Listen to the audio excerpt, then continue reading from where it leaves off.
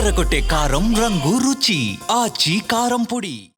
Yes, మొత్తానికి ఇందాక మీరు అన్నట్టుగానే ఈ విజయం అంత ఈజీ కాదనే చెప్పుకోవచ్చు. ఎందుకంటే ఎగ్జిట్ పోల్స్ చూపించిన విధంగానే చాలా తక్కువ డిఫరెన్స్ తో ప్రస్తుతం ఎవరు విన్ అవుతారు అనేది మాత్రం చాలా లీస్ట్ మెజారిటీతో విన్ అవుతారని అర్థమవుతుంది. ఇప్పటి వరకు 2 రౌండ్లో కూడా చూసుకుంటే అటు బీఆర్ఎస్ అండ్ కాంగ్రెస్ రెండు కూడా టగ్ ఆఫ్ వార్ గానే ఉన్నాయి. కేవలం కాంగ్రెస్ మాత్రం ప్రస్తుతం 1144 ఓట్లతో కొంచెం ముందంజలో ఉంది, మెజారిటీతో ఉంది. ఇంకా మొత్తం కేవలం 2 రౌండ్లే అయ్యాయి. ఇలా ఈవినింగ్ వరకు కూడా 10 రౌండ్లు ఉండబోతున్నాయి. సో 10 రౌండ్లో ఏదైనా మారొచ్చు. అటు బీఆర్ఎస్కి పడవచ్చు, లేదా బీజేపీ కూడా పుంజుకోవచ్చు, లేదా కాంగ్రెస్కి కూడా మరిన్ని ఓట్లు పడవచ్చు. ఇక ఇందాక మీరు అన్నట్టుగా ప్రస్తుతం నవీన్ యాదవ్ అక్కడ ఎక్కడైతే కౌంటింగ్ సెంటర్ ఉందో అక్కడ ఉన్నారు. ప్రస్తుతం మనం వాళ్ళ ఇంటి దగ్గర ఉన్నాము. వీళ్ళ ఇంటి దగ్గర అంటే అభ్యర్థి నవీన్ యాదవ్ ఇంటి దగ్గర చూసుకున్నట్టయితే మొన్న ఏ రోజైతే పోలింగ్ డే అయిందో ఆ రోజు ఈవినింగే పెద్ద ఎత్తున వచ్చినటువంటి ఎగ్జిట్ పోల్స్ ని బేస్ చేసుకొని ఇక్కడ పెద్ద ఎత్తున సంబరాలు చేసుకున్నారు.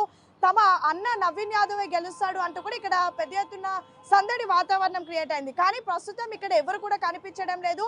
కార్యకర్తలంతా కూడా ఆల్రెడీ కౌంటింగ్ సెంటర్ దగ్గరికి వెళ్ళినటువంటి పరిస్థితి. ఎందుకంటే ఏ క్షణం ఏం జరగబోతోంది అంటూ కూడా ప్రతి ఒక్కరు ఉత్కంఠతో చూస్తూ ఉన్నారు. ఇక ఫ్యామిలీ మెంబర్స్, వాళ్ళ మదర్ కానివ్వండి, ఇతర ఫ్యామిలీ మెంబర్స్ అంతా కూడా ప్రస్తుతం అన్ని టెంపుల్స్ ఒక రౌండ్ వేస్తూ ఉన్నారు తమ ఇంటి మనిషి అయినటువంటి నవీన్ యాదవ్ గెలవాలని. ఎందుకంటే నవీన్ యాదవ్ ఇది 3వ సారి పోటీ చేయడం.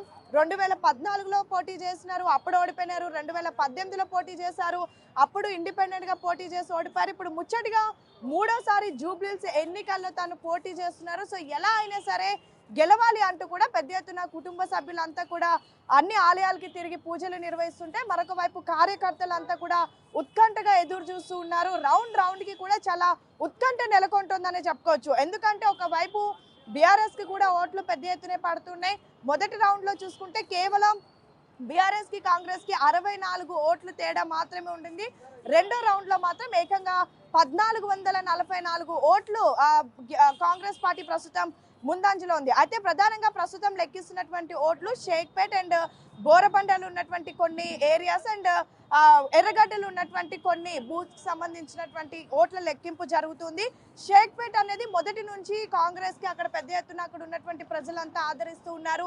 షేక్పేట్ లో జరిగినటువంటి డెవలప్మెంట్ కార్యక్రమాలే కానివ్వండి, అండ్ రీసెంట్ గా ఎప్పుడైతే జూబ్లీహిల్స్ ఉప ఎన్నికలు అనివార్యమని తెలిసిన తర్వాత పెద్ద ఎత్తున కూడా అక్కడికి మంత్రులంతా, ఇన్ఛార్జ్ మంత్రులుగా ఉన్నటువంటి గడ్డం వివేక్ కానివ్వండి, ఇతర జూపల్లి కానివ్వండి, వాళ్ళంతా వెళ్ళి అక్కడ అభివృద్ధి కార్యక్రమాలకి కొన్ని శంకుస్థాపనలు చేశారు.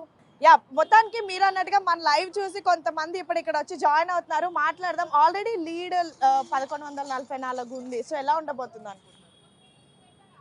ఖచ్చితంగా నవీన్ యాదవ్ అన్న భారీ మెజార్టీతో గెలవబోతా ఉన్నాడు. మరికొద్ది నిమిషాల్లోనే మనందరం కూడా సంబరాలు కూడా జరుపుకుంటామని చెప్పేసి మీకు తెలియజేస్తున్నాం మేడం. అంటే ఎలా ఉండబోతుంది అనుకుంటున్నారు? ఎందుకంటే అటు బీఆర్ఎస్ కూడా ముందంజకు వస్తూ ఉంది, ఎక్కువ డిఫరెన్స్ ఏం లేదు.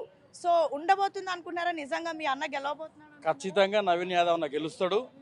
ముందుంది ముసుర్ల పండుగ, ఇంకా అన్ని రౌండ్లు పూర్తి అవ్వలేదు. టోటల్గా మొత్తం అన్ని రౌండ్లు, ప్రతి రౌండ్లో కూడా అన్నకు ఖచ్చితంగా లీడ్ అయ్యి వస్తుంది. పోటీ వాళ్ళు ఎంత పోటీ ఇచ్చినప్పుడు కూడా కాంగ్రెస్ పార్టీ ఈరోజు చేసినటువంటి ఎన్నో గొప్ప గొప్ప కార్యక్రమాలు ఉన్నాయి. అదేవిధంగా నవీన్ యాదవ్ అన్న దాదాపు జూబ్లీహిల్స్ ప్రాంతంలో చాలా అందరికి కూడా బీద వాళ్ళతో గతంలో కూడా పోటీ, ఇప్పుడు నిజంగా నవీన్ యాదవ్ కి ఇక్కడ ఉన్న అభిమానులు ఆదరిస్తే గతంలో కూడా పోటీ చేశారు, అప్పుడు ఓడిపోయారు కదా మేడం. గతంలో గురించి చూసుకుంటే బీఆర్ఎస్ పార్టీ వాళ్ళు ఎంత ద్రోహిస్తులో ఈ ప్రాంతాన్ని డెవలప్ కాకుండా ఎంత మోసం చేసిండ్రో దానికి నిదర్శనం కూడా ఈ ప్రాంత ప్రజలు మరికొద్ది నిమిషాల్లో రిజల్ట్ కూడా మీ అందరి ముందుకు తీసుకొస్తారని చెప్పేసి మేము తెలియజేస్తా ఉన్నాం. గతంతో పోలిస్తే ఈరోజు రేవంత్ అన్న సర్కారు ముందుకొచ్చి నవీన్ అన్నటువంటి మంచితనాన్ని గుర్తించి కాంగ్రెస్ పార్టీ ఈరోజు టికెట్ ఇవ్వడం జరిగింది. అదేవిధంగా ఈ ప్రాంత ప్రజలు కూడా ఖచ్చితంగా నవీన్ యాదవ్ను గొప్పగా ఒక లీడర్గా తీర్చిదిద్దబోతా ఉన్నారు. ఇది చరిత్రలో నిలవబోయే సంఘటన. మరికొద్ది నిమిషాల్లో కూడా మీరు అందరూ చూస్తారు మేడం. ఒకవేళ గెలిస్తే నిజంగా డెవలప్మెంట్ ప్రోగ్రామ్స్ అవన్నీ నవీన్ యాదవ్ చేస్తాడని నమ్మకం ఉందా? 100% ఉన్నాయి. కాబట్టి ఈరోజు జూబ్లీహిల్స్ ప్రాంతంలో ఉండే ప్రజలు కూడా ఈరోజు ఖచ్చితంగా అధికారంలో ఉన్న పార్టీకి ఓటేసి గెలిపించుకుంటేనే ఈ ప్రాంతం అభివృద్ధి చెందుతుందని చెప్పేసి ఒక గొప్ప నిర్ణయంతో, సంకల్పంతో కంకణం కట్టుకొని ఈరోజు నవీన్ అన్న కోసం అహర్నిశలు పనిచేసినటువంటి ప్రాంతంగా ఆ ప్రజలను ఈరోజు సంబరాలు జరుపుకుంటున్నటువంటి మరికొద్ది నిమిషాల్లో కూడా ఆనందోత్సవాలను చూస్తారని చెప్పేసి ఈ బిగ్ టీవీకి మేము తెలియజేస్తా ఉన్నాం మేడం. సంబరాలకి అంతా రెడీ చేసుకున్నారా? ఖచ్చితంగా మేము సంబరాలకు రెడీ చేసుకోవడం ఏంది మేడం. నవీన్ అన్న మా భుజ స్కంధాలపై ఎత్తుకొని ఊరేగిస్తాం మేడం. యా క్రాకర్స్ స్వీట్స్ అన్ని అంత తెచ్చుకున్నారా? మేడం అవన్నీ తెచ్చుకోవాల్సిన అవసరం ఏం లేదు మేడం. మా సంతోషమే మాకు ఆనందం, ప్రజల ఆశీర్వాదమే మాకు సంతోషం. ఆ సంతోషంతోనే మేము వ్యక్తం చేస్తాం మేడం. నవీన్ అన్న పోలింగ్ డేనే సెలబ్రేట్ చేసుకున్నారు కదా మేడం, ఆల్రెడీ జనాల హృదయంలో గెలిచిపోయాడు మేడం. ఎలక్షన్స్లో సెకండరీ కానీ జనాల హృదయంలో ఈరోజు ఈ ప్రాంతంలో ఉన్న బిడ్డగా, బీసీ బిడ్డగా నవీన్ అన్న అందరి మనసులు చూరగొని ఆల్రెడీ ఎమ్మెల్యేగా గెలిచాడని చెప్పేసి మేము సంబరాలు చేసుకుంటూనే ఉన్నాం మేడం ప్రతిరోజు. ఖచ్చితంగా నవీన్ యాదవ్ గెలవాలి అంటూ కూడా, ఇంకా మీకు తెలిసిందే కదా మహిళలు అంటే పూజలు ఏ విధంగా ఉంటాయి. సో వాళ్ళంతా పూజలు చేసుకుంటూ అందులో బిజీగా ఉన్నారు. మేబీ ఇంకొక 1-2 hours లో రావచ్చు. లీడ్ ని బట్టి కూడా ఇక్కడ సెలబ్రేషన్స్ కూడా స్టార్ట్ అయ్యే అవకాశం ఉంది. ఆల్రెడీ పోలింగ్ డే రోజు ఎగ్జిట్ పోల్స్ ని చూసి పెద్ద ఎత్తున ఇక్కడ సెలబ్రేషన్స్ చేసుకున్నారు. అప్పటి నుంచి కూడా చాలా కాన్ఫిడెంట్ గా ఉన్నారు, ఎలా అయినా సరే నవీన్ యాదవ్ గెలవబోతున్నాడు అని. ఎందుకంటే నవీన్ యాదవ్ ప్రస్తుతం అతను 43 years ఓల్డ్ ఉన్నారు.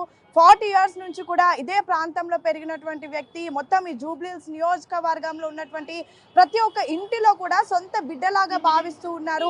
ప్రచారం చేసినటువంటి సమయంలో కూడా మనం వెళ్ళి అప్పుడు కవరేజ్ చేసిన సమయంలో ప్రతి ఒక్కరు కూడా సొంత బిడ్డలాగా కూడా ఇంట్లోకి ఇన్వైట్ చేస్తూ ఉన్నారు. తమ కొడుకులాగానే ప్రతి ఒక్కరు ట్రీట్ చేస్తున్నారు. ప్రతి ఒక్కరు కూడా ఏదో ఒక సమస్య తనని గుర్తు చేసుకొని ఆ సమయంలో తాము హెల్ప్ చేసామంటూ కూడా చెప్తున్నారు.